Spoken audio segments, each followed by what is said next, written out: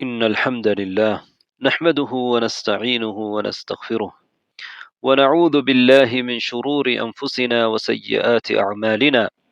من يهده الله فلا مضل له ومن يضلل فلا هادي له. وأشهد أن لا إله إلا الله وحده لا شريك له وأشهد أن محمدا عبده ورسوله صلى الله عليه وسلم. அன்பார்ந்த சகோதரர்களே, சகோதரிகளே, இன்ஷா அல்லாஹ் நாம் தொடர்ந்து வரக்கூடிய நாட்களிலே நபிகள் நாயகம் ஸல்லல்லாஹு அலைஹி வஸல்லம் அவர்களின் ஹதீஸ்களையும் அதற்கான விளக்கங்களையும் பார்க்க இருக்கின்றோம். எங்களுக்கு தெரியும், அல்லாஹ் ரப்புல் ஆலமீன் எங்களுக்கு நேர்வழி காட்டுவதற்காக அவனுடைய வஹியை நபிகள் நாயகம் ஸல்லல்லாஹு அலைஹி வஸல்லம் அவர்களுக்கு இறக்கி வைத்திருக்கின்றான். நபிகள் நாயகம் ஸல்லல்லாஹு அலைஹி வஸல்லம் அவர்கள்தான் இறுதியாக வஹி இறக்கி அருளப்பட்டவர்கள். அவர்களுக்கு முன்னால் பல இறை தூதர்கள் அனுப்பப்பட்டிருக்கிறார்கள். ஒவ்வொரு இறை தூதர்களுக்கும் இறை செய்தி கொடுக்கப்பட்டிருக்கிறது. நபிகள் நாயகம் ஸல்லல்லாஹு அலைஹி வஸல்லம் அவர்களுக்கு பிறகு எந்த ஒரு இறை தூதரும் தீர்க்கதரிசியும் வரமாட்டார்கள். இறுதி வேதமாகிய அல் குர்ஆனை அல்லாஹ் இந்த நபிக்கு தான் இறக்கி அருளினான். அல் குர்ஆன் அல்லாஹுவின் வஹி. அதே போன்றுதான் அல்லாஹ் நபி அவர்களுக்கு ஹிக்மாவை, ஞானத்தை கற்றுக் கொடுத்திருக்கின்றான். குர்ஆனில் வராத விடயங்களை கற்றுக் கொடுத்திருக்கிறான். அதனை நபிகள் நாயகம் ஸல்லல்லாஹு அலைஹி வஸல்லம் அவர்கள் சொல்லிலும் செயலிலும் வெளிப்படுத்தி இருக்கிறார்கள். நபி அவர்களை பற்றி அல்லாஹ் அல் குர்ஆனில் கூறுகிற பொழுது, யுஅல்லிமுல் கிதாப வல் ஹிக்மா, கிதாபை, வேதத்தையும் ஞானத்தையும் அவர் மக்களுக்கு கற்றுக் கொடுக்கிறார் என்று சொல்கிறான். நபி அவர்கள் கற்றுக் கொடுத்த குர்ஆன் எங்கள் எல்லோருக்கும் தெரியும். அவர்கள் கற்றுக் கொடுத்த ஞானம் எது என்றால் அதுதான் ஹதீஸ். நபி ஸல்லல்லாஹு அலைஹி வஸல்லம் அவர்களுடைய வார்த்தைகள் மட்டுமல்ல, அவர்களுடைய செயல்பாடுகளிலே, பண்பாட்டிலே அவர்கள் வெளிப்படுத்திய அனைத்து விடயங்களும் நபிகள் நாயகம் ஸல்லல்லாஹு அலைஹி வஸல்லம் அவர்களுக்கு அல்லாஹ் கற்றுக் கொடுத்த ஹிக்மா, அவர்கள் மக்களுக்கு கற்றுக் கொடுத்த அந்த ஹிக்மா, ஞானம். நபி ஸல்லல்லாஹு அலைஹி வஸல்லம் அவர்கள் குறுகிய சொற்களிலே, குறைந்த சொற்களிலே நிறைய அர்த்தங்களை உள்ளடக்கி பேசக்கூடியவர்களாக இருந்தார்கள். இதனை நாங்கள் அரபியிலே ஜவாமிஉல் கலிம் என்று சொல்கிறோம். குறைந்த வார்த்தைகளிலே நிறைந்த அர்த்தங்களை நபி ஸல்லல்லாஹு அலைஹி வஸல்லம் அவர்கள் பேசுவார்கள். நபி அவர்களுடைய பேச்சு மிக தெளிவாக இருக்கும். அன்றைய காலத்திலே உள்ள மக்கள் அதனை இலகுவாக புரிந்து கொள்வார்கள். அதே போன்று நபி ஸல்லல்லாஹு அலைஹி வஸல்லம் அவர்கள் மக்கள் அதனை புரிந்து கொள்வதற்காக, விளங்கிக் கொள்வதற்காக, மனனம் செய்து கொள்வதற்காக 3 முறை பல நேரங்களிலே சொல்வார்கள். அல்லாஹுவின் வஹி பாதுகாக்கப்பட்டிருக்கிறது. நாமே இதனை இறக்கி வைத்தோம், நாமே இதை பாதுகாப்போம் என்று அல் குர்ஆனிலே அல்லாஹ் சொல்கிறான். அல்லாஹுவின் வஹி என்பது அல்லாஹுடைய குர்ஆன், வேதம். அதே போன்று நபிகள் நாயகம் ஸல்லல்லாஹு அலைஹி வஸல்லம் அவர்களுடைய சுன்னா.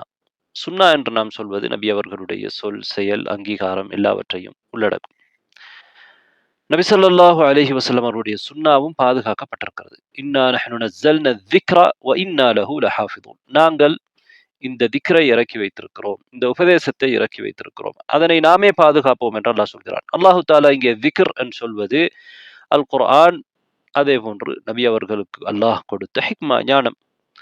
இது இரண்டுமே அல்லாஹுடைய திக்ர், அல்லாஹ் இறக்கி வைத்திருக்கக்கூடிய திக்ர். ஏனென்றால் நபி அவர்கள் சொன்னார்கள், இன்னி ஊதீதுல் குர்ஆன வ மிஸ்லுஹு மஅஹு, இன்னி ஊதீதுல் குர்ஆன வ மிஸ்லுஹு மஅஹு.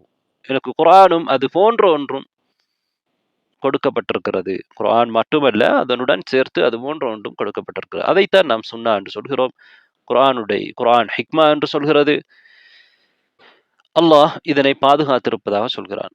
திக்ர் என்பதை நாங்கள் குர்ஆன் என்று வைத்துக் கொண்டாலும், குர்ஆன் பாதுகாக்கப்படுவதற்கு குர்ஆனுடைய விளக்கமாக அமைந்த நபி அவர்களுடைய சுன்னா, ஹதீஸ் பாதுகாக்கப்பட வேண்டும். குர்ஆன் தொழுமாறு எங்களுக்கு சொல்கிறது, நோன்பு நோட்குமாறு சொல்கிறது, ஜக்கா கொடுக்குமாறு சொல்கிறது. இவற்றின் முழுமையான விவரங்களை நாம் குர்ஆனிலே காண முடியாது. நபி அவர்களுடைய சுன்னாவிலே, ஹதீஸிலே தான் காண முடியும். நபி அவர்கள் அதை எவ்வாறு செய்ய வேண்டும் என்பதை எங்களுக்கு விளக்கி இருக்கிறார்கள். நபி ஸல்லல்லாஹு அலைஹி வஸல்லம் அவர்களுடைய ஹதீஸ் தொகுக்கப்பட்டிருக்கிறது. எப்படி அல் குர்ஆன் நபி அவர்களுடைய காலத்திலே தொகுக்கப்பட்டதோ, அதே போன்று ஹதீதும் நபி ஸல்லல்லாஹு அலைஹி வஸல்லம் அவருடைய காலத்திலே சில நபித்தோழர்களால் எழுதப்பட்டன, இன்னும் சில நபித்தோழர்களால் மனனம் செய்யப்பட்டன. பிறகு காலங்களிலே அந்த ஹதீஸ்கள் நூட்களிலே எழுதி தொகுக்கப்பட்டன. அவ்வாறு பிரபலியமான பல ஹதீஸ் நூட்களை நீங்கள் கேள்விப்பட்டிருப்பீர்கள். அதிலே ஒன்று சஹீஹுல் புகாரி, சஹீஹ் முஸ்லிம். இமாம் புகாரி அவர்கள் தொகுத்தது நாங்கள் சுருக்கமாக சஹீஹுல் புகாரி என்று சொல்கிறோம். இமாம் முஸ்லிம் ரஹிமஹுல்லாஹ் அவர்கள் தொகுத்ததை சஹீஹ் முஸ்லிம் என்று சுருக்கமாக சொல்கிறோம். இவ்வாறு பல்வேறுபட்ட ஹதீஸ் நூட்கள் இருக்கின்றன. ஒவ்வொருவரும் ஒவ்வொரு விதத்திலே ஹதீஸ்களை தொகுத்திருக்கின்றார்கள்.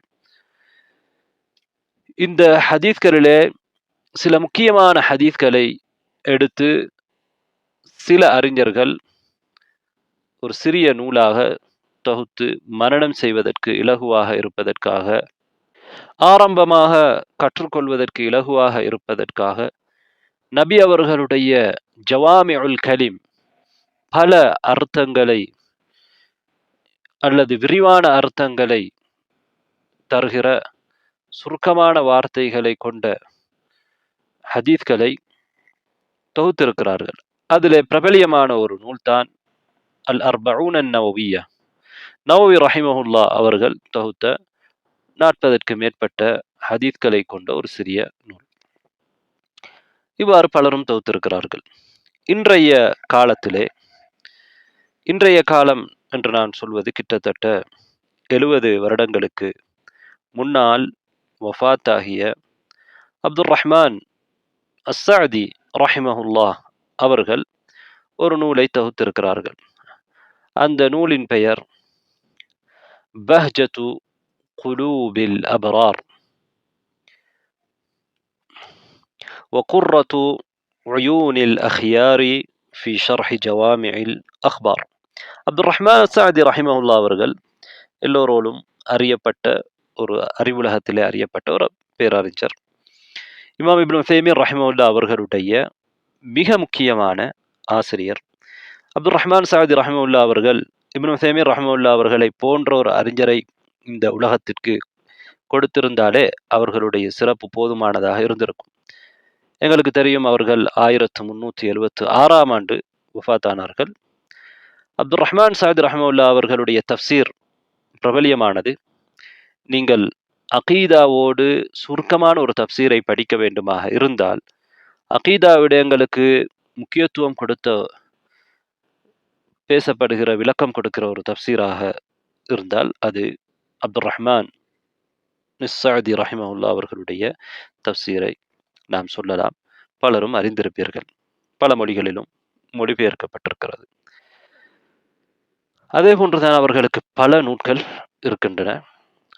அவர்களுடைய ஒரு நூல் தான் இப்போது நாம் சொன்ன நூல். இந்த நூலிலே அவர்கள் கிட்டத்தட்ட 99 ஹதீஸ்களை தொகுத்திருக்கிறார்கள். இந்த ஹதீஸ்கள் மார்க்கத்திலே மிக முக்கியமான ஹதீஸ்களாக பல அர்த்தங்களை கொண்ட சுருக்கமான வார்த்தைகளை கொண்ட ஹதீஸ்களாக இருக்கின்றன. நவவி ரஹிமஹுல்லாஹ் அவர்களுடைய நூலிலிருந்தும் அப்துர் ரஹ்மான் அஸ்ஸஅதி ரஹிமஹுல்லாஹ் அவர்களுடைய நூலிலிருந்தும் நாம் இந்த தொடர் வகுப்புகளிலே ஹதீஸ்களை பார்க்க இருக்கின்றோம் இன்ஷா அல்லாஹ். பெரும்பாலும் அல் அர்பஊன் அன்-நவவிய்யாவில் இருக்கக்கூடிய ஹதீஸ்கள் அப்துர் ரஹ்மான் அஸ்ஸஅதி ரஹிமஹுல்லாஹ் அவர்களுடைய நூலிலும் இருக்கும். இப்போது நாம் ஒரு ஹதீஸை பார்க்கின்ற பொழுது, உதாரணமாக அவர்கள் புகாரியிலே, முஸ்லிம்லே அல்லது அதற்கு வேறு நூல்களிலே இருக்கக்கூடிய ஹதீஸ்களை தொகுத்திருப்பார்கள். இங்கே எடுத்து சொல்லியிருப்பார்கள். அடிப்படையில் அது மூல நூல்களிலே இருக்கும். ஒரு மூல நூலிலே ஒரு ஹதீஸ் இருக்கிறது என்று சொன்னால், உதாரணமாக இமாம் புகாரி ரஹிமஹுல்லாஹ் அவர்கள் ஒரு ஹதீஸை பதிவு செய்கிறார்கள் என்று நீங்கள் வைத்துக்கொண்டால், அவர்களுக்கும் அந்த ஹதீஸை அறிவித்த நபித்தோழருக்கும் இடையிலே பல அறிவிப்பாளர்கள் இருப்பார்கள். நாம் இன்று பார்க்க இருக்கக்கூடிய அந்த ஹதீஸும் உமர் ரலியல்லாஹு அன்ஹு அவர்களுடைய ஹதீஸ். உமர் ரலியல்லாஹு அன்ஹு அவர்களுக்கும் இமாம் புகாரி ரஹ்மத்துல்லாஹி அவர்களுக்கும் இடையில் 5 பேர் இருக்கிறார்கள். உமர் ரலியல்லாஹு அன்ஹு அவர்கள் மிம்பரிலே சொன்ன இந்த ஹதீஸை அல்கமத் இப்னு வக்காஸ் அல்லைசி என்கிற ஒரு தாபியி செவிமடுத்தார். அவரிடமிருந்து முஹம்மது பின் இப்ராஹிம் அத்தைமி என்கின்ற ஒரு அறிஞர் செவிமடுக்கிறார். முஹம்மது பின் இப்ராஹிம் தைமியிடமிருந்து யஹ்யா பின் சயீதின் அன்சாரி என்கிற ஒரு அறிஞர் செவிமடுக்கிறார். அவரிடமிருந்து சுஃபியானிடமிருந்து ஹுமைதியிடமிருந்து இமாம் புகார் ரஹ்மத்துல்லாஹி அவர்கள் இந்த ஹதீஸை கேட்டு பதிவு செய்திருக்கிறார்கள். இந்த ஹதீஸை இமாம் புகார் ரஹ்மத்துல்லாஹி ஹுமைதியிடமிருந்து மாத்திரமல்ல, இன்னும் பல வழிகளிலும் அல் புகாரியிலேயே பல இடங்களிலே பதிவு செய்திருக்கிறார்கள். இமாம் முஸ்லிம் அவர்களும் இந்த ஹதீஸை பதிவு செய்திருக்கிறார்கள். இவர்கள் அல்லாத வேறு அறிஞர்களும் இந்த ஹதீஸை வேறு வழிகளிலும் பதிவு செய்திருக்கிறார்கள். என இவ்வாறுதான் ஒரு ஹதீஸ் என்று நாம் சொல்கிற பொழுது நபி அவர்களுக்கும் இமாம் புகாரிக்கும் இடையிலே பல காலங்கள் இருக்கின்றன. அப்படி இருந்தாலும் அவர்களுக்கு இடையிலே அறிவிப்பாளர்கள் இருப்பார்கள். எங்களுக்கு தெரியும், நபி ஸல்லல்லாஹு அலைஹி வஸல்லம் அவர்கள் ஹிஜ்ரி 11 வஃபாத்தானார்கள். இமாம் புகாரி ரஹ்மத்துல்லாஹி அவர்கள் ஹிஜ்ரி 256 மரணித்தார்கள். இவர்களுக்கு இடைப்பட்ட அந்த காலகட்டத்திலே ஹதீத்கள் பலராலும் பல அறிவிப்பாளர்களாலும் எழுதப்பட்டிருக்கிறது. எழுதப்பட்டதை அவர்களுடைய ஏட்டிலிருந்து அவர்களுடைய மாணவர்களுக்கு அவர்கள் கற்றுக் கொடுப்பார்கள். இவ்வாறுதான். அல்லது சிலர் மனதிலே மனனம் செய்து வைத்திருப்பார்கள். அதனை அவர்களுடைய மாணவர்களுக்கு சொல்லிக் கொடுப்பார்கள். இப்படி ஒரு அறிவிப்பாளர் வரிசை இருக்கிறது. இதற்கு நாங்கள் சனத் என்று சொல்கிறோம். இந்த அறிவிப்பாளர்களிலே குறை இருக்கிற பொழுது அந்த ஹதீதை நாம் தயீஃப், பலவீனம் என்று சொல்கிறோம். உறுதியான அறிவிப்பாளர்கள் வரிசையில் வரக்கூடிய செய்திகளைத்தான் நாம் சஹீஹ் அல்லது ஹசன் என்று ஆதாரபூர்வமானதென்று ஏற்றுக்கொள்கிறோம். பொதுவாக புகாரி, முஸ்லிம் போன்ற கிரந்தங்களிலே வரக்கூடிய ஹதீத்கள் ஆதாரபூர்வமான ஹதீத்கள். ஏனென்றால் அவர்கள் ஆதாரபூர்வமான ஹதீத்களை மட்டும்தான் நாங்கள் எங்களது நூல்களிலே பதிவு செய்வோம் என்று நிபந்தனையிட்டிருக்கிறார்கள். அப்துர் ரஹ்மான் அஸ்-ஸஅதி ரஹ்மஹுல்லாஹ் அவர்கள் 99 ஹதீத்களை எடுத்தெழுதியதோடு மாத்திரமல்லாமல் அதற்கான சுருக்கமான அழகான விளக்கங்களையும் சொல்லியிருக்கிறார்கள். முக்கியமாக நாம் எங்களுடைய இந்த தொடர் வகுப்பிலே அப்துர் ரஹ்மான் இப்னு சஅத் ரஹ்மத்துல்லாஹி அவர்களுடைய விளக்கங்களுக்கு முக்கியத்துவம் கொடுத்து அதனை உங்களுக்கு எடுத்துரைப்பதற்கு முயற்சி எடுக்கின்றேன். இப்போது நாம் முதல் ஹதீஸுக்கு வருவோம். عن عمر بن الخطاب رضي الله عنه قال سمعت رسول الله صلى الله عليه وسلم يقول إنما الأعمال بالنيات وإنما لكل امرئ ما نوى فمن كانت هجرته إلى دنيا يصيبها أو إلى امرأة ينكحها فهجرته إلى ما هاجر إليه. இன்னமல் அஅமாலு பின்னியாத். நபி அவர்கள் சொல்வதை நான் கேட்டிருக்கிறேன் என்று உமர் இப்னுல் கத்தாப் ரலியல்லாஹு அன்ஹு அவர்கள் இந்த ஹதீஸை அறிவிக்கின்றார்கள். எங்களுக்கு தெரியும், உமர் இப்னுல் கத்தாப் ரலியல்லாஹு அன்ஹு அவர்கள் நாம் அறிமுகப்படுத்த தேவையில்லாத அளவுக்கு மிகவும் பிரபலியமான நபித்தோழர். இஸ்லாமிய உம்மாவிலே நபி அவர்களுக்கு பிறகு 2வது மனிதர். முதல் மனிதர் நபி அவர்களுக்கு பிறகு அபூபக்கர் ரலியல்லாஹு அன்ஹு. உமர் ரலியல்லாஹு அன்ஹு அவர்கள் சொல்கிறார்கள், நபி அவர்கள் சொல்வதை நான் கேட்டிருக்கிறேன். இன்னமல் அஅமாலு பின்னியாத். அமல்கள் எல்லாம் நியாக்களை, எண்ணங்களை பொறுத்து, எண்ணங்களை கொண்டே. வ இன்னமா லிகுல்லி இம்ரிஇன் மா நவா. ஒவ்வொரு மனிதனுக்கும் அவன் நாடியது இருக்கிறது. ஒவ்வொரு மனிதனுக்கும் அவன் நாடியதே இருக்கிறது. فمن كانت هجرته إلى دنيا يصيبها. யாருடைய ஹிஜ்ரா, யார் ஹிஜ்ரா செய்வது, நாடு திறந்து செல்வது, உலகத்திற்காக இருக்கிறதோ, உலக நோக்கத்திற்காக இருக்கிறதோ, உலகத்தை அடைந்து கொள்ள வேண்டும் என்பதற்காக இருக்கிறதோ, அவ் இலம்ரஅத்தின் யன்கிஹுஹா, அல்லது ஒரு பெண்ணை திருமணம் முடித்துக் கொள்ள வேண்டும் என்பதற்காக இருக்கிறதோ, ஃபஹிஜ்ரத்துஹு இலா மா ஹாஜர இலைஹ், அவருடைய ஹிஜ்ரா, அவருடைய அந்த பயணம், அவர் எந்த நோக்கத்திற்காக எதற்காக ஹிஜ்ரா செய்தாரோ அதற்காகவே அமைந்திருக்கும். இப்போது இதன் விளக்கத்தை நாம் பார்ப்போம். இது மிக முக்கியமான ஒரு ஹதீஸ். இமாம் புகார் ரஹ்மத்துல்லாஹி அவர்கள் அவர்களுடைய சஹீஹுல் புகாரியிலே முதலாவது ஹதீஸாக இதனை பதிவு செய்திருக்கிறார்கள். அதே போன்று அல் அர்பஊன் நவவியாவிலும் தான் அப்துர் ரஹ்மான் பின் சஅத் ரஹ்மத்துல்லாஹி அவர்களுடைய இந்த நூலிலும் தான் இது முதல் ஹதீஸாக பதிவு செய்யப்பட்டிருக்கிறது. இந்த ஹதீஸ் இஸ்லாத்துடைய அடிப்படைகளில் ஒரு அடிப்படை என்று அறிஞர்கள் வர்ணித்திருக்கிறார்கள். அறிவின் 1/3 பகுதி என்று இந்த ஹதீஸை சிலர் வர்ணித்திருக்கிறார்கள். எல்லா நலவுகளையும் உள்ளடக்கி இருக்கக்கூடிய எல்லா விடயங்களோடும் சம்பந்தப்பட்ட ஒரு ஹதீஸாக இது இருக்கிறது. அதனால் ஒரு மனிதன் இதனை புரிந்து கொள்வது அவனுக்கு பயனளிக்கக்கூடியதாக இருக்கும். அவனை காப்பாற்றிக் கொள்வதற்கு உதவியாக இருக்கும். அவனுடைய எல்லா நிலையிலும், எல்லா நேரத்திலும், எல்லா செயல்களிலும், எல்லா சொற்களிலும் இந்த ஹதீஸ் அவனுக்கு தேவைப்படும். அவனுடைய கண் முன்னால் இருக்க வேண்டிய ஒரு ஹதீஸாக இந்த ஹதீஸ் இருக்கிறது. இந்த ஹதீஸ் என்ன சொல்கிறது? இன்னமல் அஅமாலு பின்னியாத், எல்லா அமல்களும் எண்ணங்களை பொறுத்தே. அப்படி என்றால் என்ன? ஒரு அமல் ஏற்றுக்கொள்ளப்படுவதற்கும் மறுக்கப்படுவதற்கும் எண்ணங்கள் தான் காரணமாக இருக்கிறது. நிய்யா தான் காரணமாக இருக்கிறது. ஒரு அமலுக்கு பூரணமான கூலி கிடைப்பதற்கும் குறைவான கூலி கிடைப்பதற்கும் அந்த அமலுக்குரிய எண்ணம் தான் காரணமாக இருக்கிறது. எண்ணம் என்பதை அரபு மொழியிலே நிய்யா என்று நாம் சொல்கிறோம். நிய்யா என்றால் என்ன என்றால், ஒரு விடயத்தை செய்வதற்கு உறுதி கொள்வது, நாடுவது, இதைத்தான் நாம் நிய்யா என்று சொல்கிறோம். இந்த நாட்டம் இருந்தால்தான் அதற்குரிய நாட்டத்திற்கு ஏற்ற விதத்திலே எங்களுக்கு கூலி கிடைக்க இருக்கிறது. நிய்யா எப்படி இருக்க வேண்டும்? ஒரு அமலை செய்வதற்கு அல்லாஹுக்காக, அல்லாஹுவை நெருங்குவதற்காக அந்த அமலை ஒருவர் செய்வதாக அவருடைய நிய்யா இருக்க வேண்டும். அல்லாஹ்வின் பொருத்தத்தை பெறுவதற்கு, அவனுடைய கூலியை பெறுவதற்கு தான் ஒருவர் ஒரு அமல் செய்ய வேண்டும். இந்த நிய்யா தான் சரியான நல்ல நிய்யா. இந்த நிய்யாவுக்கு அல்லாஹ்விடத்திலே கூலி இருக்கிறது. இவ்வாறு நிய்யா இருந்தால்தான் அவருடைய அமல் ஏற்றுக்கொள்ளப்படும். நிய்யாவை, எண்ணத்தை இரண்டாக, ஒரு செயலை செய்வதற்கு எண்ணம் இருக்க வேண்டும் என்று சொல்வது 2 வகைப்படும். ஒன்று நிய்யத்துல் அமல், ஒரு அமலுடைய நிய்யா. இன்னொன்று நிய்யத்துல் மஅமூலிலஹ், யாருக்காக அந்த அமல் செய்யப்படுகிறது என்கிற நோக்கம்.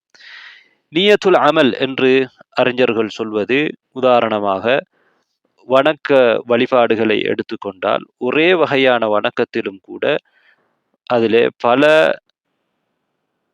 அமைப்புகள் இருக்கும். உதாரணமாக நீங்கள் தொழுகையை எடுத்தால் சுன்னாவான், அதாவது கட்டாயமான தொழுகை இருக்கிறது, உஃபரியான தொழுகை இருக்கிறது. கட்டாயமான தொழுகைகளிலே நாளாந்தம் நாம் தொழுகிற ஐநேர தொழுகைகளிலும் கூட 5 தொழுகைகள் இருக்கின்றன.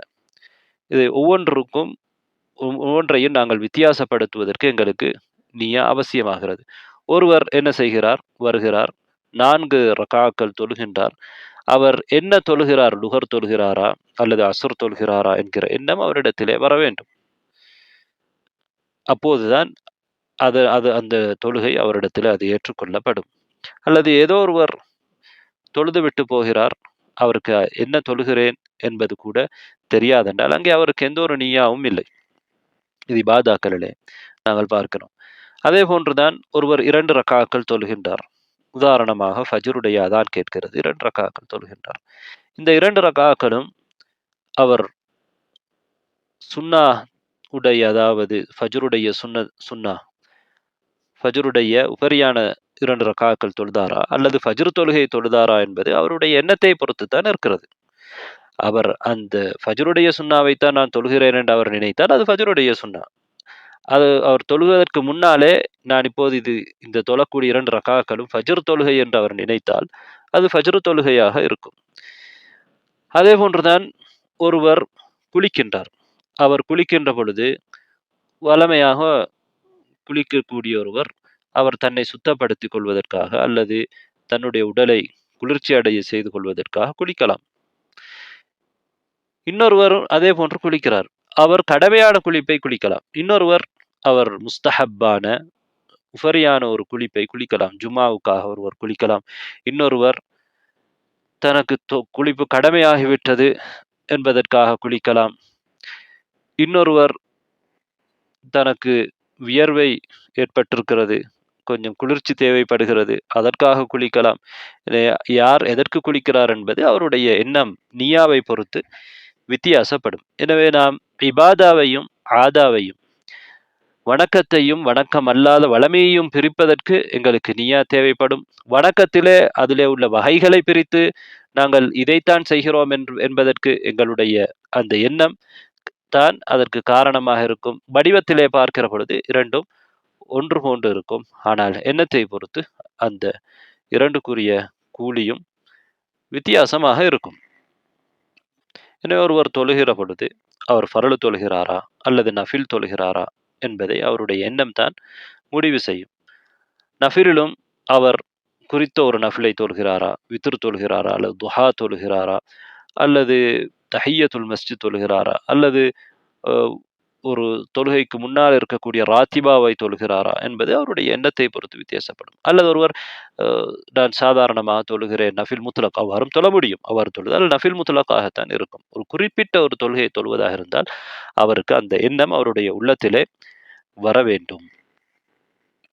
அதே போன்றுதான் ஒரு மனிதர் செலவு செய்கிறார். இன்னொரு உதாரணம், அவர் கொடுத்த அந்த பணம் இன்னொருவருக்கு கொடுக்கிறார். அது ஜகாவா அல்லது கஃபாராவா அல்லது நேர்ச்சையா அல்லது சதகாவா அல்லது ஹதியாவா என்பது அவருடைய எண்ணத்தை பொறுத்து தான் இருக்கிறது. உதாரணமாக ஒருவர் ஒரு குறிப்பிட்ட தொகையை கொடுக்கின்றார். அதே குறிப்பிட்ட தொகை இன்னொருவரும் கொடுக்கின்றார். 2 பேரும் உடைய எண்ணமும் வித்தியாசமாக இருக்கலாம். ஒருவர் அதை ஜகா என்று நினைத்து கொடுத்திருக்கலாம், இன்னொருவர் சதகா என்று நினைத்து கொடுத்திருக்கலாம், இன்னொருவர் அவர் செய்த ஒரு குற்றத்துக்கான குற்றப்பரிகாரமாக கஃபாராவாக கொடுத்திருக்கலாம், இன்னொருவர் அவர் ஒரு நேர்ச்சை செய்திருக்கலாம், அந்த நேர்ச்சைக்காக அதை கொடுத்திருக்கலாம், இன்னொருவர் ஒரு அன்பளிப்பாக ஹதியாவாக கொடுத்திருக்கலாம். எனவே நியாக்கள் வித்தியாசப்படுகிற பொழுது அந்த நியாக்களை பொறுத்து தான் அமல்கள் அமையும் என்பது இதன் நபி ஸல்லல்லாஹு அலைஹி வஸல்லம் அவர்கள் சொன்னதுடைய அர்த்தம். அதே போன்றுதான் எங்களுக்கு தெரியும், சில செயல்பாடுகள் வெளிப்படையிலே சரியானதாக இருக்கும், ஆனால் அந்த செயலுடைய நோக்கம் பிழையானதாக இருக்கும். ஒருவர் வட்டி ஹராம் என்பதற்காக வட்டியை தந்திரமான முறையிலே என்ன செய்யலாம், அதனை அணுகலாம். வெளிப்படையிலே அவருடைய செயலை பார்க்கிற பொழுது அது சரியான செயலாக இருக்கும், ஆனால் அவருடைய நோக்கம் ஹராமாக்கப்பட்ட அந்த வட்டியை இந்த முறையிலே அடைய வேண்டும் என்பது. இவ்வாறான சில வியாபாரங்களை மார்க்கம் எங்களுக்கு தெளிவாக தடை செய்து காட்டியிருக்கிறது. எனவே நாம் வெளி வார்த்தைகளை கொண்டோ அல்லது வெளி செயல்பாடுகளை கொண்டோ ஒன்றை தீர்மானித்து விடுவதில்லை. அல்லாஹ்விடத்திலே அவருடைய எண்ணத்தை பொறுத்து தான் அதற்கு கூலி இருக்கிறது. ஒருவர் ஒரு நல்ல வார்த்தை சொல்லலாம், ஆனால் அதனால் அவர் நாடுவது ஒரு மோசமான விஷயமாக இருக்கலாம். அதை அறிந்தவன் அல்லாஹுவாக இருக்கிறான். எங்களுக்கு தெரியும், அல்லாஹ் ரப்புல் ஆலமீன் என்ன சொல்கிறான் என்றால், வசியா செய்கிற பொழுது அங்கே பாதிப்பு ஏற்படாமல் இருக்க வேண்டும். வசியா செய்வது ஒரு நல்ல அமல். வெளித்தோட்டத்திலே பார்க்கிற பொழுது ஒருவர் மரணத்துக்கு முன்னால் இன்னொருவருக்கு தன்னுடைய சொத்திலே இவ்வளவு போக வேண்டும் என்று வசியா செய்கிறார். ஆனால் அது அவருடைய வாரிசுகளை பாதிக்கிற பொழுது அந்த நோக்கத்திலே அவர் செய்திருந்தால் அது அவருக்கு நலவாக இருக்காது. அதே போன்றுதான் ஒரு விவாகரத்து செய்யப்பட்ட ஒரு பெண்ணை ரஜையாவான தலாக்காக இருந்தால் அங்கே அவளை மீட்டெடுக்கிற பொழுது அவருடைய நோக்கம் பிழையாக இருக்கக்கூடாது என்று அல்லாஹ் சொல்கிறார். மீட்டெடுப்பது நல்லதாக இருந்தாலும் நோக்கம் பிழையாக இருந்தால் வெளிப்படையிலே 2 பேர் மீட்டெடுக்கிறார்கள். ஒருவருடைய நோக்கம் சரியாக இருக்கும், இன்னொருவருடைய பிழையாக இருக்கும். எனவே ஒவ்வொருவருக்கும் அவருடைய நோக்கத்துக்கு ஏற்ற கூலிதான் கிடைக்கும். எனவே அல்லாஹ்விடத்திலே செயல்களை பொறுத்தவரையிலே அல்லாஹ் அந்த எண்ணங்களை பார்ப்பான். அந்த செயல் ஒரு ஹராமுக்கு வழிவகுக்கக்கூடிய செயலாக இருந்தால், உதாரணமாக நாங்கள் இந்த பல முபாஹான செயல்களை பார்க்கிறோம். உதாரணமாக நடந்து செல்வது ம அது ஒரு ஆகுமான செயல். அதிலே எந்த தடையும் இல்லை. அதே நேரத்திலே ஒருவர் பள்ளிவாசலுக்கு நடந்து சென்றால், அவர் ஒரு கடமையான தொழுகையை செய்வதற்கு செல்வதனால், அதற்கு அவருக்கு நன்மை இருக்கிறது. என்றால் அவருடைய எண்ணம் நடந்து செல்வதுடைய எண்ணம் பள்ளிவாசலுக்கு செல்ல வேண்டும் என்பது. செல்வது தொழுகை கட்டாயம். எனவே அது நடந்து அவர் பள்ளிவாசலுக்கு செல்வதும், நடந்தோ வாகனத்திலோ செல்வதும் கட்டாயம். அதே நேரத்திலே ஒருவர் மது அருந்துவதற்காக செல்கிறார் என்றால், இங்கே அவர் செல்வது மது அருந்துவது எவ்வாறு அதனுடைய நோக்கம் ஹராமோ, அதே போன்று அவர் செல்வதும் ஹராமாக இருக்கிறது. 2 பேருமே பாதையிலே நடந்து சென்றார்கள். ஒருவர் நடந்து சென்றது ஹராமாக இருக்கிறது, இன்னொருவர் நடந்து சென்றது கட்டாயமாக இருக்கிறது. இன்னொருவர் நடந்து செல்வது அனுமதிக்கப்பட்டதாக இருக்கிறது, இன்னொருவர் நடந்து செல்வது உபரியானதாக, முஸ்தஹப்பாக, நன்மை தரக்கூடியதாக, சுன்னாவாக இருக்கிறது. நோக்கத்திற்கு என்ன சட்டமோ அதேதான் அந்த நோக்கத்தை அடைவதற்கான சாதனத்துக்கும் உரிய சட்டம் என்று மார்க்கம் சொல்கிறது. மார்க்கத்திலே ஒரு விதி இருக்கிறது. அல் வசாயிலு லஹ அஹ்காமுல் மகாசித். நோக்கத்துக்கு என்ன சட்டமோ அதே சட்டம் தான் அதுக்கு செல்லக்கூடிய வழிவகைக்கும், அதற்கு அதை அதை செய்வதற்கு எடுக்கிற முயற்சிக்கும் இருக்கின்ற சட்டம். வல்லாஹு யஅலமுல் முஸ்லிஹ மினல் முஃப்ஸித். அல்லாஹ் குர்ஆனில் சொல்வதை போன்று, யார் சீர்திருத்த விரும்புகிறார் என்பதையும், யார் கேடு விளைவிக்க விரும்புகிறார் என்பதையும் அல்லாஹ் அறிந்தவனாக இருக்கிறான். இவ்வளவு நேரம் நாம் பேசியது நியத்துல் அமல், ஒரு அமலுக்குரிய நிய்யா. இன்னொன்று இருக்கிறது நியத்துல் மஅமூலில, அதாவது யாருக்காக, எந்த நோக்கத்திற்காக ஒரு அமல் செய்யப்படுகிறதோ அந்த எண்ணம். எனவே அந்த எண்ணம், எந்த நோக்கத்திற்காக நாம் ஒரு அமலை செய்ய வேண்டும்? அல்லாஹுக்காக தான் செய்ய வேண்டும். இதைத்தான் நாம் இஹ்லாஸ் என்று சொல்கிறோம். ஒரு அடியான் அவன் செய்வதாக இருக்கலாம், விடுவதாக இருக்கலாம், சொல்வதாக இருக்கலாம், செயல்படுத்துவதாக இருக்கலாம், இதெல்லாமே அல்லாஹுக்காக அவன் செய்ய வேண்டும். இதைத்தான் நாம் இஹ்லாஸ் என்று சொல்கிறோம். அல்லாஹுக்கு எங்களுடைய அமலை தூய்மைப்படுத்துவது, அதிலே கலப்படத்தை இல்லாமலாக்குவது என்பதுதான் இஹ்லாஸ் என்ற சொல்லுக்கு அர்த்தம். அல்லாஹ் ரப்புல் ஆலமீன் சூரத்துல் பையினாவுடைய 5வது ஆயாவிலே சொல்கிறான், வமா உமிரு இல்லா லியஅபுதுல்லாஹ முஹ்லிஸீன லஹுத்தீன். அவர்கள் அல்லாஹுவை, மார்க்கத்தை, வழிபாட்டை அவனுக்கு தூய்மைப்படுத்தியவர்களாக, கலப்படம் இல்லாமல் அல்லாஹுவை மாத்திரம் வணங்குவதற்காகவே அன்றி ஏவப்படவில்லை. நாம் வணக்கம் செய்கிற பொழுது அல்லாஹுக்கு மாத்திரம்தான் நாம் வணக்கம் செய்ய வேண்டும் என்பதை அல்லாஹ் ரப்புல் ஆலமீன் குர்ஆனிலே பல இடங்களிலே எங்களுக்கு சொல்லி இருக்கிறான். பொதுவாக ஒரு அடியான் ஒட்டுமொத்தமாக தன்னுடைய எல்லா செயல்களுக்கும் அல்லாஹுவை நாட வேண்டும், அவனுடைய நெருக்கத்தை விரும்ப வேண்டும், அவனிடம் இருக்கக்கூடிய கூலியை எதிர்பார்க்க வேண்டும், அவனுடைய தண்டனையை பயப்பட வேண்டும். இவ்வாறுதான் அவனுடைய வாழ்க்கையிலே அமல் செய்ய வேண்டும். அதே போன்று இந்த எண்ணத்தை அவன் ஒவ்வொரு செயலுக்கு முன்னாலும், ஒவ்வொரு வார்த்தைக்கு முன்னாலும், ஒவ்வொரு நிலைமைக்கு முன்னாலும் முன்னிறுத்திக் கொள்ள வேண்டும். எந்த அளவுக்கு ஒரு மனிதன் இஹ்லாஸை உறுதி செய்து கொள்வதற்கு, இஹ்லாஸை பூரணப்படுத்திக் கொள்வதற்கு முயற்சி எடுக்கின்றானோ அந்த அளவுக்கு அவனுடைய நன்மையின் அளவு அதிகமாக இருக்கும். இஹ்லாஸுக்கு எதிரான விடயங்கள், முகஸ்துதி, அரபியிலே முகஸ்துதிக்கு ரியா என்று சொல்வார்கள். அதே போன்று சும்ஆ, இன்னொருவருக்கு தான் செய்ததை சொல்லி காட்டுவது, இன்னொருத்தருக்கு கேட்கச் செய்வது, அதே போன்று மற்றவர்களிடத்திலே புகழை நாடுவது, மற்றவர்களிடத்திலே தன்னுடைய சேவைக்கு, செயலுக்கு கண்ணியத்தை எதிர்பார்ப்பது, இதுவெல்லாம் ஒருவருடைய இஹ்லாஸை பாதிக்கக்கூடிய விடயங்களாக இருக்கும். எனவே ஒரு அடியானுடைய செயலுக்கு அவன் எதிர்பார்ப்பது அல்லாஹுடைய முகம், அல்லாஹுடைய பொருத்தம், அவனுடைய சவாப், அவனுடைய இகாபிலிருந்து பாதுகாக்கப்படுவது, மனிதர்களுடைய புகழோ பெயரோ அல்லது மனிதர்களிடம் பயனோ அல்ல. இது மிக முக்கியமான ஒன்று. இதை யாராவது நாம் செய்த ஒரு நல்ல செயலுக்காக எங்களை புகழ்ந்தார்கள் என்றால் அது எங்களுக்கு அடிப்படை அல்ல. அது உலகத்திலே ஒரு மூமினுக்கு கிடைக்கக்கூடிய நன்மாராயம் என்று நபி அவர்கள் சொன்னார்கள். ஆஜிர் புஷ்ரல் மூமின். எனவே உலகத்திலே முன்கூட்டியே கிடைக்கக்கூடிய நன்மாராயமாக அது சில நேரம் இருக்கலாம். அதே நேரத்திலே அதை நாங்கள் அடிப்படையாக கொண்டு செயல்படக்கூடாது என்பதைத்தான் எங்களுக்கு இந்த மார்க்கம் சொல்கிறது. இதைத்தான் நபி அவர்கள் சொல்கிறார்கள், இன்னமல் அமாலு பின்னியாத், எல்லா அமல்களும் நீயாக்களை கொண்டுதான் இருக்கிறது. எல்லா அமல்களுக்கும் அடிப்படை அவருடைய எண்ணம் தான். அந்த எண்ணத்தை பொறுத்து தான் அவருடைய அமலிலே அது ஏற்றுக்கொள்ளப்படுமா இல்லையா, அதற்கு எந்த அளவுக்கு கூலி கிடைக்கும் என்பதெல்லாம் தீர்மானிக்கப்படும். பிறகு நபி அவர்கள் என்ன சொல்கிறார்கள், வ இன்னமா லிகுல்லி இம்ரிஇன் மா நவா, ஒவ்வொரு மனிதனுக்கும் அவன் நாடியது கிடைக்கும், அவன் நாடியது இருக்கிறது. அவன் எப்படி நாடுகிறானோ அந்த அளவுக்கு அவனுக்கு நன்மை இருக்கிறது. சில பேருக்கு பூரணமாக அந்த நன்மை கிடைக்கும், சில பேருக்கு குறைவாக கிடைக்கும், சில பேருடைய அந்த அமல் ஏற்றுக்கொள்ளப்படும், சிலருடைய அமல் மறுக்கப்படும். அது அவருடைய எண்ணத்தை பொறுத்து தான் இருக்கிறது.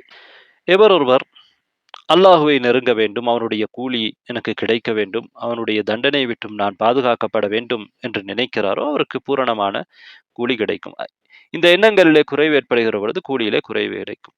ஒருவர் உலக நோக்கங்களுக்காக அல்லது கீழ்த்தரமான நோக்கங்களுக்காக அவருடைய செயலை செய்தால் அவருக்கு மர்மையிலே கூலி கிடைக்காது. நபி ஸல்லல்லாஹு அலைஹி வஸல்லம் அவர்கள் இதற்கு 2 உதாரணங்களை இங்கே சொல்கிறார்கள். என்ன சொல்கிறார்கள்? ஃபமன் கானத் ஹிஜ்ரத்துஹு இலல்லாஹி வ ரசூலிஹி ஃபஹிஜ்ரத்துஹு இலல்லாஹி வ ரசூலிஹி, யாருடைய ஹிஜ்ரா அல்லாஹுக்காகவும் அவனுடைய தூதருக்காகவும் இருக்கிறதோ, அதாவது அல்லாஹுடைய மார்க்கத்தை வெற்றி பெறச் செய்ய வேண்டும், அல்லாஹுடைய மார்க்கத்தை, அல்லாஹுடைய தூதர் போதித்த விடயங்களை என்னால் நான் இருக்கக்கூடிய ஊரிலே இருந்து செய்ய முடியாமல் இருக்கிறது, அதனால் இஸ்லாம் இருக்கக்கூடிய ஒரு ஊருக்கு சென்று நான் அங்கே இஸ்லாமை நடைமுறைப்படுத்த வேண்டும் என்று ஒருவர் விரும்புகிறார். அதனைத்தான் நாம் ஹிஜ்ரா என்று சொல்கிறோம். ஹிஜ்ரா என்றால் என்ன? ஹிஜ்ரா என்பது நாம் வாழுகிற இடத்தை துறந்து செல்வது. அதாவது ஒன்றிலிருந்து நாம் விலகிச் செல்வதைத்தான் ஹிஜ்ரா என்று சொல்கிறோம். ஹஜரா, வசல என்ற அரபி சொல்லுக்கு மாற்றமானது. வசல என்றால் சேர்ந்திருப்பது, ஹஜரா என்றால் தூரமாகுவது, விலகி நிற்பது. ஹிஜ்ரா என்பது நாட்டை துறந்து செல்வதை நாம் ஹிஜ்ரா என்று சொல்கிறோம், அல்லது ஊரை விட்டு செல்வதை ஹிஜ்ரா என்று சொல்கிறோம்.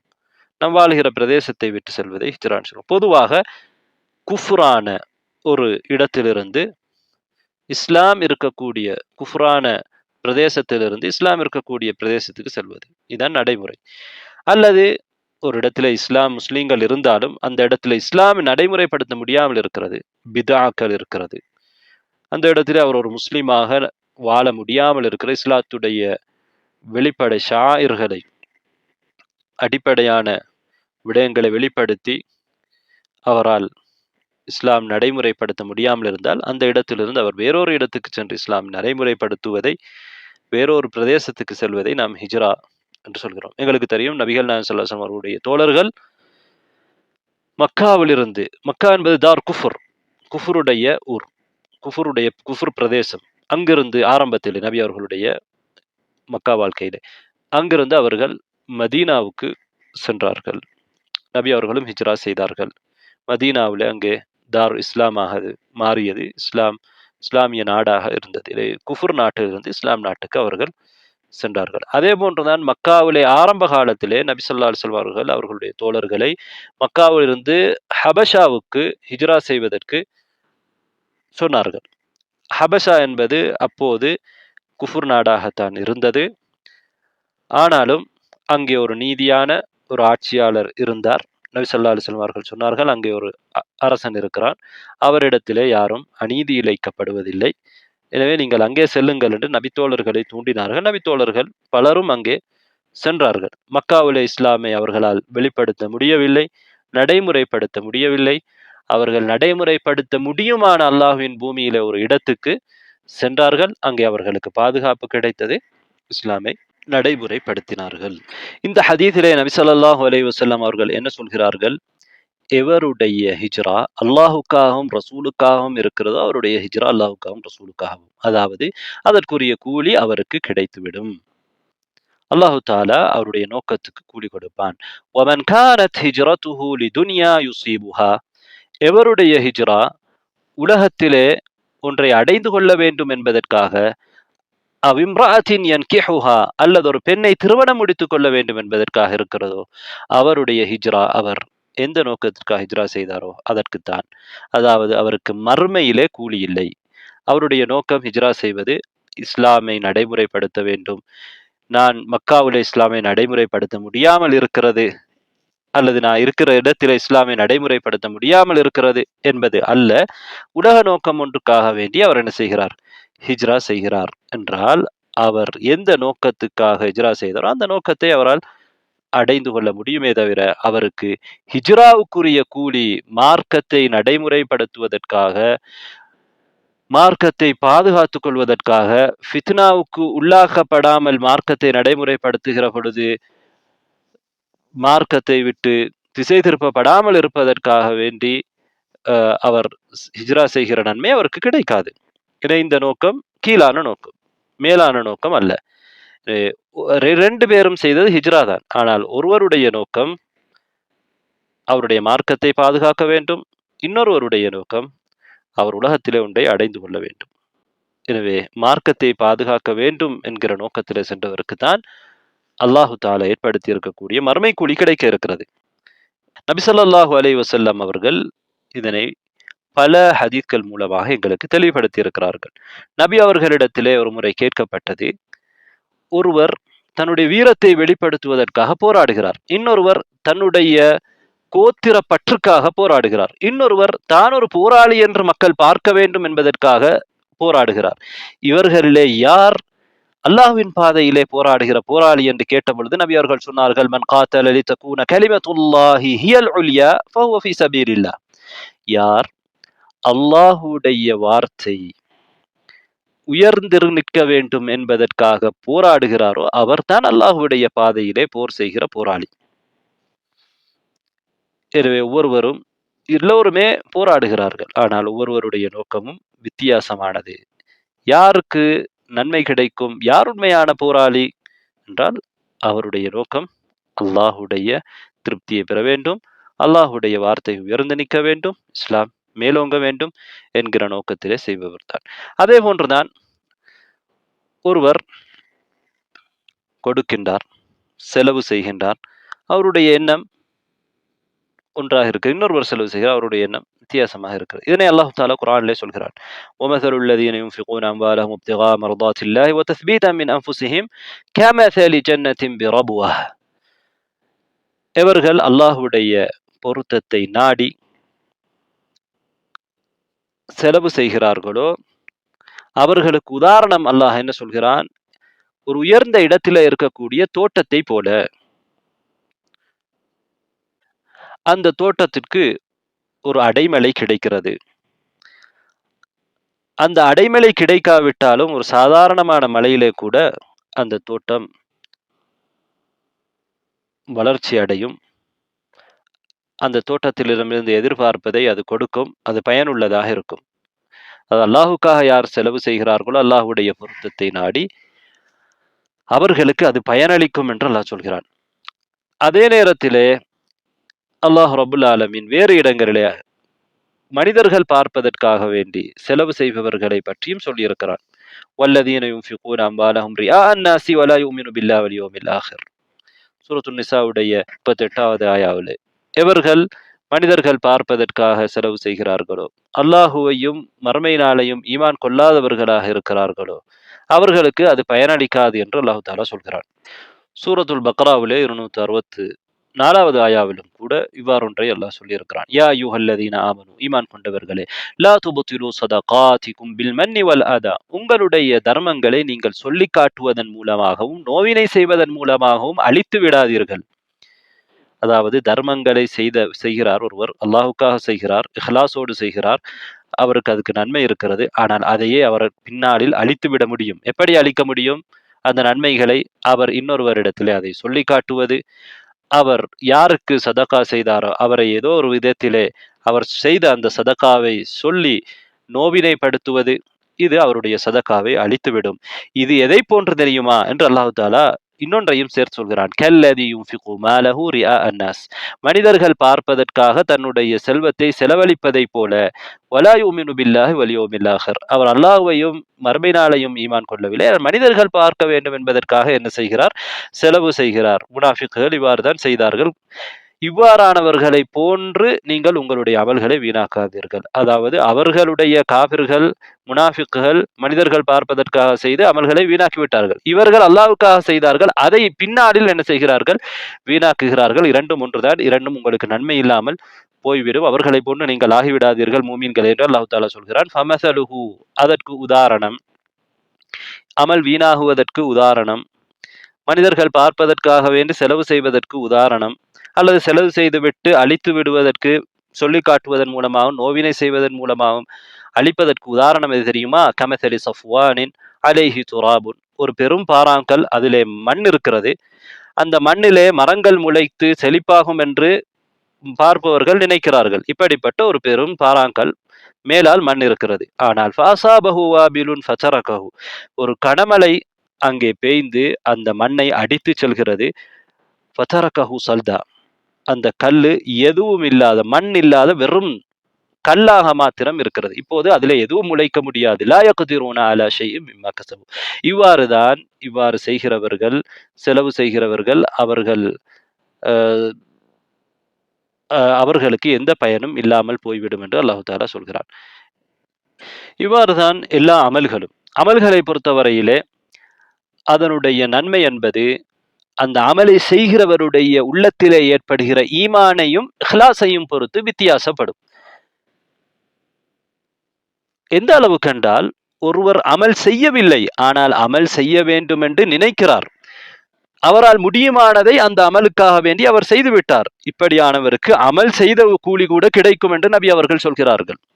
அவர் செய்யவே இல்லை, ஆனால் அவருடைய நோக்கம் சரியாக இருக்கிறது, அந்த நோக்கத்துக்கு அவரால் முடியுமானதை செய்துவிட்டார், இவருக்கு நன்மை இருக்கிறது என்று குர்ஆனும் ஹதீஸும் எங்களுக்கு சொல்கிறது. அல்லாஹ் குர்ஆனிலே சூரத்துன் நிசாவுடைய 100வது ஆயாவிலே சொல்கிறான், وَمَن يَخْرُجُ مِن بَيْتِهِ مُهَاجِرًا إِلَى اللَّهِ وَرَسُولِهِ ثُمَّ يُدْرِكُهُ الْمَوْتُ فَقَدْ وَقَعَ أَجْرُهُ عَلَى اللَّهِ, எவர் ஒருவர் தன்னுடைய வீட்டிலே இருந்து அல்லாஹ்வின் பக்கமும் ரசூலின் பக்கமும் ஹிஜ்ரா செய்து செல்கிறாரோ, நாடு துறந்து செல்கிறாரோ, அவருக்கு இடைவெளியிலே மரணம் வந்துவிட்டால் அவருடைய கூலி அல்லாஹ்விடத்திலே இருக்கிறது.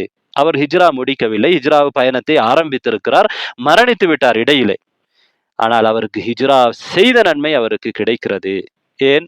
அவரால் முடியுமானதை அவர் செய்துவிட்டார், அவருடைய எண்ணம் சரியாக இருக்கிறது, ஆனால் செயலை அவர் முடிக்கவில்லை. இவ்வாறுதான் அனைத்தும்.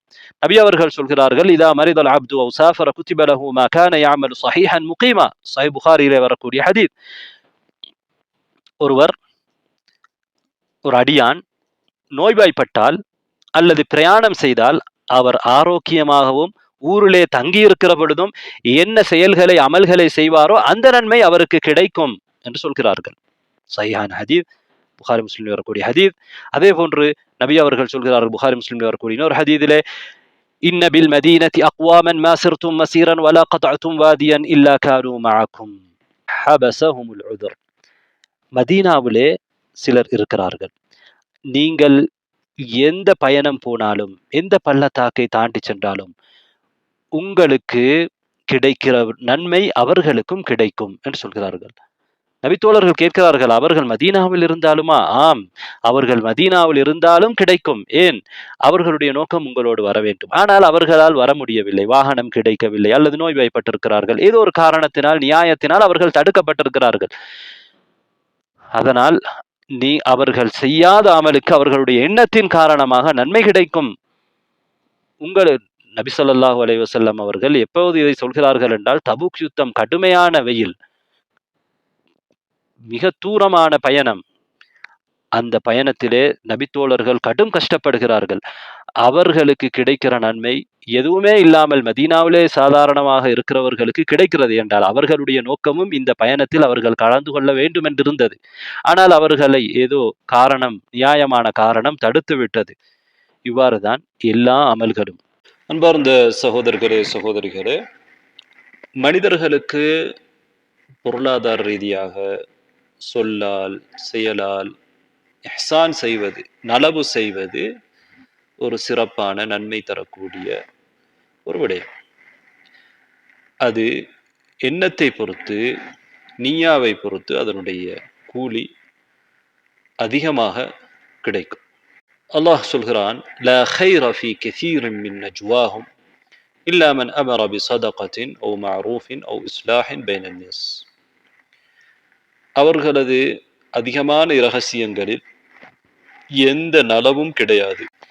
இல்லா மன் அமர பிஸதகா, யார் தர்மம் செய்யுமாறு ஏவுகிறாரோ, ஓ மஅரூஃப் அல்லது நல்லொரு விடயத்தை ஏவுகிறாரோ, ஓ இஸ்லாஹின் பைனன் நாஸ் அல்லது மனிதர்களுக்கு மத்தியிலே சமாதானம் செய்வதற்கு ஏவுகிறாரோ, இரகசியம் அப்படியான இரகசியங்களை தவிர, அதாவது அதிகமான இரகசியங்களிலே எந்த ஹைரும் இல்லை, எந்த நனவும் இல்லை. இவ்வாறு நல்ல விஷயங்களுக்காக இரகசியம் பேசுகிறார், தர்மம் செய்வதற்காக அல்லது ஒரு நலவை செய்வதற்காக அல்லது மனிதர்களுக்கு மத்தியிலே சீர்திருத்தம் செய்வதற்காக, இப்படியான இரகசியங்களை தவிர.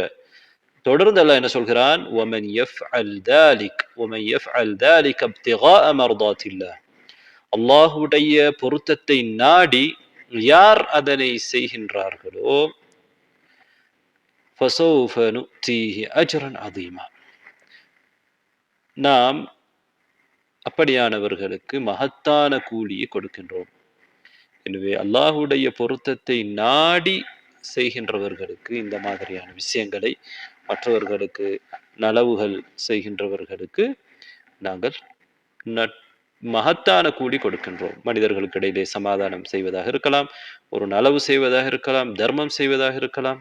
புகாரியிலே வரக்கூடிய ஒரு ஹதீதிலே நபி அவர்கள் சொல்கிறார்கள், மன் அஹத அம்வால الناس يريد أداءها أداها الله عنه ومن أخذها يريد إتلافها أتلفه الله. யார் மனிதர்களின் செல்வத்தை அதை திருப்பி கொடுக்க வேண்டும் என்கிற எண்ணத்தில் எடுக்கின்றாரோ, அல்லாஹ் அவர் சார்பாக அதை நிறைவேற்றுவான். அதாவது ஒருவர் மனிதர்களிடத்திலே கடன் எடுக்கின்றார் அல்லது ஏதோ ஒரு பொருளாதார முறையிலே கொடுக்கல் வாங்கலே மனிதர்களுடைய பணத்தை, செல்வத்தை எடுக்கின்றார். அவருடைய நோக்கம் அதை உரியவருக்கு திருப்பி கொடுத்து விட வேண்டும் அல்லது கடனை நிறைவேற்றிவிட வேண்டும். இவ்வாறு நல்ல எண்ணத்தில் எடுப்பவருக்கு அல்லாஹு தஆலா அதனை நிறைவேற்றி கொடுக்கின்றான். அல்லாஹ் அவருக்கு உதவி செய்கின்றான். அந்த கடனை நிறைவேற்றுவதற்கு, மற்றவருடைய பொருளை திருப்பி கொடுப்பதற்கு அல்லாஹ் அவருக்கு ஒத்துழைக்கின்றான். அல்லாஹ் அவர் சார்பாக நிறைவேற்றி விடுவான். இம்மையிலே அவரால் அதனை கொடுக்க முடியாமல் போனாலும் அல்லாஹ் மறுமையிலே அவர் சார்பாக அதனை கடன் கொடுத்தவருக்கு கொடுத்து விடுவான். அவருக்குரிய கூலியை கொடுத்து விடுவான். கடன் கொடுத்தவர் அவரை பொருந்திக் கொள்வார், மறுமையிலே தப்பி விடுவார் என்றால் அல்லாஹ் பொறுப்பெடுத்து விடுவான். ஆனால் وَمَنْ أَخَذَهَا يُرِيدُ إِتْلَافَهَا, அந்த செல்வங்களை அழிப்பதற்கு யார் எடுக்கின்றாரோ, எடுக்கும் பொழுதே நோக்கம் இந்த கடனை திருப்பி கொடுக்க கூடாது அல்லது இவருடைய செல்வத்தை நாம் பயன்படுத்த வேண்டும் என்ற நோக்கத்திலே இவருக்கு இதை கொடுக்க கூடாது. சிலர் கூலிக்கு உட்காருவார்கள், பிறகு கூலிக்கு உட்கார்ந்த வீட்டை, கடை திருப்பி கொடுக்க மாட்டார்கள், தங்களுடைய பேரிலே எழுதி கொள்வார்கள் அல்லது திருப்பி கொடுக்காமல் இருப்பார்கள். இப்படியானவர்களை பொறுத்தவரையிலே وَمَنْ أَخَذَهَا يُرِيدُ إِتْلَافَهَا, அதை அழிப்பதற்கு யார் எடுக்கின்றாரோ, أَتْلَفَهُ اللَّهُ, அல்லாஹ் அதனை அழித்து விடுவான். அதாவது யார் எடுத்தாரோ அவருடைய கையிலிருந்தும் அதனை அழித்து விடுவான். அவருக்கு இம்மையிலே அது பயனளிக்காது. அதே போன்று மறுமையிலும் அவருக்கு அதற்கு தண்டனை இருக்கிறது. இங்கே பாருங்கள், அப்துல் ரஹ்மான் ஸஅதி ரஹ்மஹுல்லாஹ் அவர்கள் சொல்வதை போன்று அல்லாஹ் நல்ல எண்ணத்துக்கு, நல்ல நியாவுக்கு ரிஸ்க் கொடுக்கின்றான். அல்லாஹு தஆலா அவருக்கு வேலைகளை இலகுபடுத்துகிறான். எனவே நன்னலத்தோடு செயற்படுவது வாழ்வாதாரம் கிடைப்பதற்கு, அல்லாஹ் உதவி செய்வதற்கு காரணமாக இருக்கிறது. அதே போன்று கெட்ட எண்ணம் வைப்பது, மோசமான நிய்யா அழிவுக்கும் இல்லாமல் போவதற்கும் காரணமாக இருக்கிறது. அல்லாஹ் நல்ல எண்ணத்துக்கு இம்மையிலும் கூலி கொடுக்கிறான், மறுமையிலும் சவாபு கொடுக்கின்றான். இப்போது இன்னொரு விடயத்தை கவனியுங்கள். அல்லாஹ் இந்த உலகத்திலே எங்களுக்கு பல விடயங்களை ஆகுமாக்கி இருக்கிறான். முபாஹான விடயங்கள் இருக்கிறது. ஒரு முஸ்லிமும் அவ்வாறான விடயங்களை செய்கிறான், காபிரும் செய்கிறான். உலக விடயங்கள். இந்த உலக விடயங்களிலே அனுமதிக்கப்பட்ட விடயங்களிலே நல்ல எண்ணம் சேருகிற பொழுது, நல்ல நிய்யா சேருகிற பொழுது, அது உலக விடயமாக இருந்தாலும், அன்றாடம் நாம் செய்கிற வேலைகளாக இருந்தாலும், அந்த எண்ணம் நல்ல எண்ணம் அதற்கும் எங்களுக்கு நன்மையை ஈட்டித் தரக்கூடியதாக ஆக்கிவிடும். உதாரணமாக ஒருவர் சம்பாதிக்கிறார் அல்லது உலகிலே அவருடைய வேலைகளை செய்கின்றார். அன்றாடம் செய்கிற தூக்கம், ஓய்வெடுத்தல் இது போன்ற வேலைகளிலே ஈடுபடுகின்றார். இது எல்லாமே ஒரு முஸ்லிமும் செய்கிறார், காஃபிரும் செய்கிறார். இது மார்க்கத்திலே மார்க்கம் எங்களுக்கு கற்றுத்தந்து இவ்வாறுதான் செய்ய வேண்டும் என்கிற ஒரு வேலை அல்ல. மார்க்கத்திலே சில ஒழுக்கங்கள் இருக்கிறது. அதல்லாமல் அன்றாடம் மனிதன் செய்யக்கூடிய இந்த வேலைகள், உலக வேலைகள். மனிதனும் ஒரு முஸ்லிம் சம்பாதிக்கின்றார், முஸ்லிம் காஃபிரும் சம்பாதிக்கின்றார். ஆனால் ஒரு முஸ்லிம் அல்லாஹுடைய கடமையை நிறைவேற்றுவதற்காக, அது வாஜிபாக இருக்கலாம், அல்லது அல்லாஹு தாலா ஆர்வமூட்டி இருக்கக்கூடிய மார்க்க விடயங்களை, முஸ்தஹப்பான விடயங்களை செய்வதற்காக, நோக்கத்திற்காக ஒருவர் என்ன செய்கிறார்? அதற்கு உதவியாக இந்த பணிகள் இருக்க வேண்டும் என்பதற்காக உலக வேலைகளை செய்தால், வளமையாக செய்யக்கூடிய வேலைகளை செய்தால், அதற்கு அவருக்கு நன்மை இருக்கிறது. அவர் உண்ணுகிறார், குடிக்கின்றார், தூங்குகிறார், ஓய்வெடுக்கிறார், சம்பாதிக்கிறார். இது நன்மை இல்லாமலும் போய்விடலாம். ஒரு சாதாரணமான ஒரு விடயம். அதே நேரத்திலே ஒருவர் நான் சாப்பிடுவது, குடிப்பது, தூங்குவது, ஓய்வெடுப்பது இதெல்லாம் என்னுடைய இபாதத்துக்கு இது உதவியாக இருக்க வேண்டும். என்னுடைய இபாதாக்களுக்கு, வணக்க வழிபாடுகளுக்கு உதவியாக இருக்க வேண்டும். என்னுடைய மார்க்க பணிகளை செய்வதற்கு உதவியாக இருக்க வேண்டும். அல்லாஹ் எனக்கு கடமையாக்கி இருக்கக்கூடிய கடமைகளை, என்னுடைய குடும்பத்தை பராமரிப்பது, என்னுடைய குழந்தைகளை வளர்த்தெடுப்பது, என்னுடைய பெற்றோர்களை பராமரிப்பது, அவர்களை கவனிப்பது, இது போன்ற அல்லது அல்லாஹ்வுடைய பாதையிலே செலவு செய்வது, இது போன்ற நல்ல எண்ணங்களுக்காக ஒருவர் என்ன செய்கிறார் என்றால், அவருடைய அன்றாட வேலைகளை செய்கின்றார், அவருடைய சம்பாத்தியத்தை செய்கின்றார். இவ்வாறு செய்கிற பொழுது அவருடைய ஆதாத்கள், அவருடைய வளமையைகள் இபாதாத்களாக, வணக்க வழிபாடுகளாக மாறிவிடும். அல்லாஹு தாலா அவருடைய அமல்களிலே பரக்கா செய்வான். நன்மையுடைய வாயில்களை, வாழ்வாதாரத்துடைய வாயில்களை அவர் நினையாபுரத்திலிருந்து திறந்து விட்டு விடுவான் என்று சாதி ரஹ்மத்துல்லாஹி அவர்கள் சொல்கிறார்கள். எனவே அதிகமானவர்கள் இதிலே பொடுபோக்காக இருந்து, அல்லது அறியாமையின் காரணமாக இந்த நல்லெண்ணம் அவர்களிடத்தில் இல்லாமல் போவதனால் அவர்கள் இதை இழக்கிறார்கள். இதற்கு அவர்கள்தான் அவர்களை குறை சொல்லிக் கொண்டு, அவர்கள் மார்க்கத்தை படிக்கவில்லை, அல்லது படித்துவிட்டு பிறகும் இவ்வாறான விடயங்களிலே அவர்கள் கவனம் எடுத்து தன்னுடைய அன்றாட வேலைகளை வணக்கமாக ஆக்கிக் கொள்வதற்கு அவர்கள் தவறிவிடுகிறார்கள். ஆனால் உண்மையிலேயே இதற்கு நாம் நன்மை கிடைக்கக்கூடிய ஒன்றாக மாற்றிக்கொள்வதற்கு முயற்சிக்க வேண்டும். இது ஒரு பெரிய ஒரு சந்தர்ப்பம் என்பதை நாம் புரிந்து கொள்ள வேண்டும். நபி ஸல்லல்லாஹு அலைஹி வஸல்லம் அவர்கள் சொல்கிறார்கள், சஹீஹான ஹதீஸிலே வரக்கூடிய செய்தி, இன்னக லன் தஅமல அமலன் தப்தகி பிஹி வஜ்ஹல்லாஹி இல்லா உஜிர்த அலைஹி. நீர் அல்லாஹ்வுடைய முகத்தை நாடி எந்த அமலை செய்தாலும், எந்த செயலை செய்தாலும் அதற்கு உனக்கு கூலி கொடுக்கப்படும். ஹத்தா மா தஜஅலுஹு ஃபீ ஃபிம்ரஅதிக். உன்னுடைய மனைவியின் வாயில் நீ வைக்கிற உணவு கூட. ஒரு மனிதன் அன்பின் காரணமாக தனது மனைவியுடைய வாயிலே உணவை ஊட்டிவிடுகிறார் என்றால், இது ஆசையினால், அன்பினால், இச்சையினால் ஏற்படக்கூடியதாக கூட இருக்கலாம். ஆனால் அதை கூட ஒருவர் வணக்கமாக, நன்மை பெறக்கூடியதாக மாற்றிவிட முடியும். அல்லாஹுக்காக என்று அதை அவர் நாடி செய்தால் அதிலே அவருக்கு நன்மை இருக்கிறது என்று நபி ஸல்லல்லாஹு அலைஹி வஸல்லம் அவர்கள் இந்த ஹதீஸிலே சொல்கின்றார்கள்.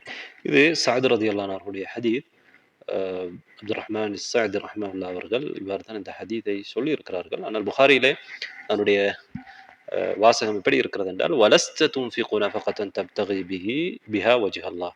அல்லாஹ்வுடைய முகத்தை நாடி நீ எந்த ஒரு செலவை செய்தாலும் அதற்காக உனக்கு கூலி கொடுக்கப்படும். உன்னுடைய மனைவியின் வாயிலே நீ ஊட்டுகிற ஒரு கவலம் உணவு கூட, அதற்கு சஅத் இப்னு அபி வக்காஸ் ரலியல்லாஹு அன்ஹு அவர்கள் கேட்கிறார்கள், அல்லாஹ்வுடைய தூதரே, நான் அதாவது இது சஅத் ரலியல்லாஹு அன்ஹு அவர்கள் மக்காவிலே ஹஜ்ஜுக்கு வந்த நேரத்தில் அவர்களுக்கு நோய்வாய்ப்பட்டு அவர்கள் மரணித்து விடுவார்கள் என்று நினைத்த நேரத்திலே நபி ஸல்லல்லாஹு அலைஹி வஸல்லம் அவர்களோடு நடந்த உரையாடலிலே நடந்த ஒரு சம்பவம். அதிலே என்னுடைய தோழர்களுக்கு பிறகு நான் மக்காவிலேயே இருந்து விடுவேன். அவர்கள் இதை விட்டு போய்விடுவார்கள். நான் ஹிஜ்ரத் வந்த அந்த பூமியிலேயே நான் மரணித்து விடுவேனா என்று சஅத் ரலியல்லாஹு அன்ஹு அவர்கள் பயந்தார்கள். ஹிஜ்ரத்துடைய நன்மையை நான் இழந்து விடுவேனோ அப்படி என்று. அதுக்கு நபி அவர்கள் சொல்கிறார்கள், இன்னக லன் துஹல்லஃப் ஃபதஅமல் அமலன் தப்தகி பிஹா வஜ்ஹ அல்லாஹி இல்லா இஸ்தத்த பிஹி ரஃஅத்தன் வ தரஜத்தன் வ ரிஃபா. நீங்கள் இங்கே தங்க வைக்கப்பட்டு இதிலே நீங்கள் அல்லாஹ்வுடைய முகத்தை நாடி எந்த அமல் செய்தாலும் அதன் மூலமாக உங்களுக்கு அந்தஸ்தும் உயர்வும் அதிகரிக்கும்.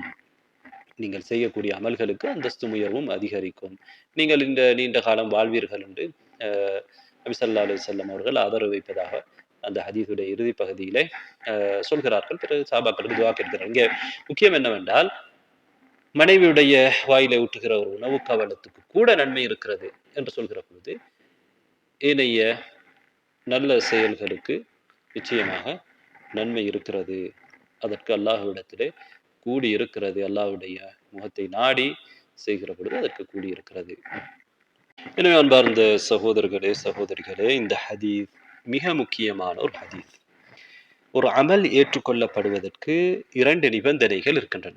அதிலே முதல் நிபந்தனை அவரிடத்திலே இஹ்லாஸ் இருக்க வேண்டும். அந்த அமல் அல்லாஹுக்காக செய்யப்பட வேண்டும். அதனை இந்த ஹதீஸ் எங்களுக்கு வலியுறுத்துகிறது. 2வது நிபந்தனை என்ன என்பதை நாம் 2வது வகுப்பிலே 2வது ஹதீஸை விளக்குகின்ற பொழுது பார்க்கலாம். அடுத்ததாக நாம் ஆதாத்களை வளமையாக செய்யக்கூடிய விடயங்களை கூட நாம் இபாதாத்களாக வணக்க வழிபாடுகளாக மாற்றிக்கொள்ள முடியும் என்பதை அறிந்து கொள்ள வேண்டும். அது ஒரு மிகப்பெரிய சந்தர்ப்பம். அதே போன்று நாம் எந்த ஒரு அமலையும் இந்த உலக நோக்கத்திற்காக அல்லது மற்றவர்களுக்கு காண்பிப்பதற்காக செய்வதனால் எந்த பயனும் இல்லை. அல்லாஹுக்கு நாங்கள் இணை வைக்கின்ற ஒரு செயல் சிறிய ஷிர்க், முஹஸ்துதி என்பது, அது ஒட்டுமொத்தமாக இன்னொருவருக்காகவே ஒரு இபாதாவை செய்தால் அது சில நேரம் பெரிய ஷிர்க்காகவே மாறிவிடும். அல்லாஹ்வுக்கு செய்வதிலே இன்னொருவரை உடைய புகழை நாம் எதிர்பார்க்கின்ற பொழுது, இன்னொருத்தர் பார்க்க வேண்டும் என்று நினைக்கிற பொழுது, கலக்கின்ற பொழுது அது முஹஸ்துதியாக மாறுகிறது. சில நேரம் அந்த முஹஸ்துதி அளவு கடந்து சென்று பெரிய ஷிர்க்காக கூட மாறலாம். பெரிய ஷிர்க்கோ சிறிய ஷிர்க்கோ பெரும் பாவம் என்பது எங்களுக்கு தெரியும். இந்த உலகத்திலே அல்லாஹுவை தவிர எவராலும் எங்களுக்கு எந்த நன்மையும் அணுவளவு நன்மையும் செய்ய முடியாது. எவராலும் எங்களுக்கு வரக்கூடிய எந்த ஒரு அணுவளவையும் தடுக்க முடியாது, அல்லாஹ்வுடைய நாட்டம் இருந்தாலே தவிர. இதை நாம் நன்றாக ஞாபகம் வைத்துக் கொள்ள வேண்டும். மற்றவர்களுக்காக நாம் செயல்படுவதிலே எங்களுக்கு எந்த பிரயோசனமும் கிடையாது. நாம் மற்றவர்களுக்கு நலவு செய்ய வேண்டும். எதற்காக? அல்லாஹ்விடத்திலே நன்மையை எதிர்பார்த்து. இது மட்டும்தான் எங்களுக்கு எஞ்சியிருக்கும். மற்றவர்களுக்காக நாங்கள் செய்தால் அவர்கள் எங்களோடு நன்றி கெட்ட முறையிலே நடந்து கொள்கிற பொழுது நாங்கள் கவலைப்படுவோம். ஆனால் அல்லாஹுக்காக நாங்கள் செய்கிற பொழுது அவர்கள் நன்றி கெட்டு நடந்தாலும் நாங்கள் செய்தது அல்லாஹுக்கு, அதற்குரிய கூலியை நன்றியுள்ள ரப் எங்களுக்கு தருவான் என்பது எங்களுடைய மனதிலே கவலையை ஏற்படுத்தாமல் தடுக்கக்கூடியதாக இருக்கும். அன்பார்ந்த சகோதரர்களே, சகோதரிகளே, இன்ஷா அல்லாஹ் நாம் அடுத்த ஹதீஸ் வகுப்பிலே சந்திப்போம். நாம் கேட்ட விடயங்களை செயல்படுத்துவதற்கு அல்லாஹ் எனக்கும் உங்களுக்கும் எங்களை சார்ந்தவர்களுக்கும் தௌஃபீக் செய்வானாக.